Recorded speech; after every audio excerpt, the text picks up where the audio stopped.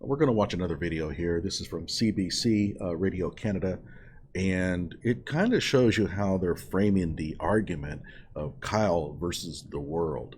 So I thought we'd go ahead and take a look at this, and I'm going to comment on how they're approaching the news. Hello out there. I'm trying to get through.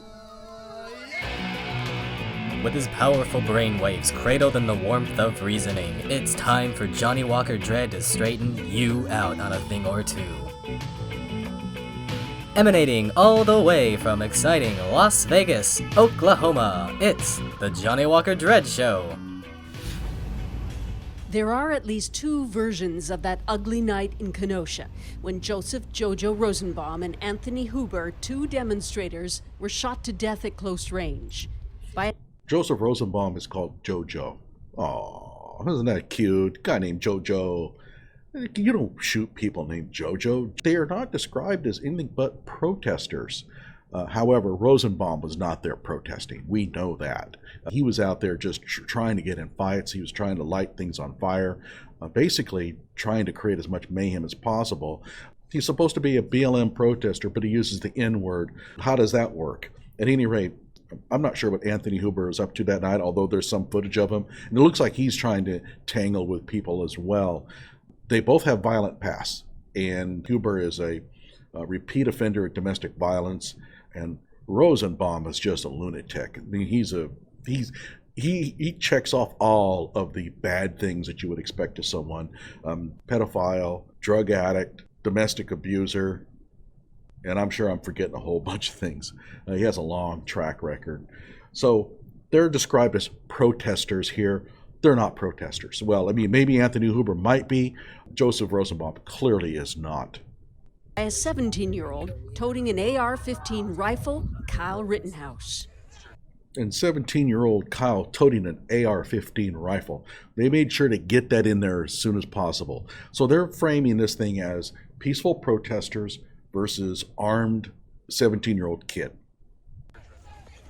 Huber was going after him with a skateboard when he was fatally shot. For some supporters, a valiant attempt to wrestle the gun away, says his friend Seth. The main thing. Notice they're going to mention one side of this, the good side about why Anthony Huber was doing this. Notice they don't present any sort of counterpoint to it. He was going for it. Sure, he tried hitting him with the skateboard. I think he did get contact with him, but he was basically just trying to get that gun out of his hands. That's all he wanted, was that gun out of his hands. He didn't want. Oh, really? How do you know that? Did you interview Huber after he got shot and asked him, "Hey, Anthony, my buddy, why were you doing this?" Really? He's just guessing. Want anybody else to get hurt. We're running medical. He didn't want anybody else to get hurt, but he has a history of domestic violence. Repeat offender.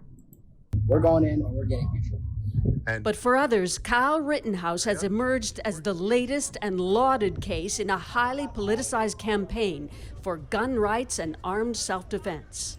The one side is cast as peaceful protesters getting shot, with one of them only getting shot because he was really trying to prevent other people from getting hurt. There's no counterpoint that's ever raised to that. There's never any explanation from anyone as to why. There may be an alternate explanation as to why Huber did that, and I'll give you one. I think Huber saw a kid on the run, and he just saw this as an opportunity to get some licks in. However, you may disagree, but notice they don't even give anybody that opportunity to make such a statement. And now, let's look at the alternative here, is that it's not Kyle defending himself. It's not Kyle being a young kid caught up in action that was not of his own doing. It's a political deal. They're painting the opposite side of this as a political Second Amendment gun rights case. Remember now, this is Canada. And so gun rights in Canada, they don't have quite the same feel for them as they do here. First deadly shooting occurred here at the car source. Kyle Rittenhouse's lawyer says he was retreating from an angry mob who were, quote, relentlessly hunting him down as prey. And the 17-year-old had no choice but to turn in this spot and fire in self-defense. Notice, no mention that Rosenbaum was chasing him. No mention that Rosenbaum threw something at him. And no mention that there was a gunshot that went off prior to the shooting. So that's all been glossed over. And notice it's Kyle's attorney says. So that's another kind of deal where they're going to slip it in and make this thing sound very impersonal. Rosenbaum appeared to be unarmed and had 5 gunshot wounds, according to an autopsy. He appeared to be unarmed and had 5 gunshot wounds. The emphasis there. Rosenbaum tried to grab hold of Kyle's gun. It's not quite so simple as simply being unarmed. Is 100% self-defense, Tucker. Rittenhouse's lawyer, John Pierce, has taken the case public on Fox News. He was in imminent danger of serious bodily harm or death. Powerful gun rights groups are getting behind Kyle. Hashtag Fight Back, founded, it says, to counter the lies of the radical left, has raised a reported $700,000. A Christian... Again, there's no counterpoint here where Kyle might actually be defending himself. He might have been a scared kid who was being attacked. They're framing the opposite side as a political deal, and even mentioning how much money they're raising and hashtags and stuff like that. Crowdsourcing site, several $100,000 more. The lawyer even tweeted a shout out with Rittenhouse in jail. I just want to thank every single one of you from the bottom of my heart for the underlining support. In Antioch, Illinois, where he lived, near the fire station where he was briefly a junior cadet, at the donut shop he went to, mixed views. He is, in a sense, a hero because, you know, he stood up for the community.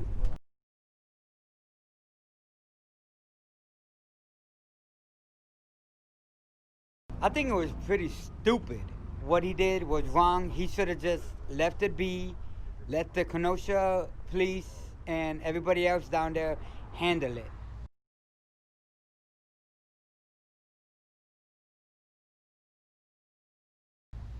If the case goes to trial, it will stir tensions long after the barricades are gone. Susan Ormiston, CBC News, Kenosha, Wisconsin. Well, there you have it. That's how they do it. This is a way that you can sort of make one side of an argument very impersonal. And so on one side of the argument you have poor victims, and then on the other one, a political machine that's out to spend a lot of money, raise a lot of money, and do everything they can to defend a person. This is how you push an agenda. Like my video and subscribe to my channel.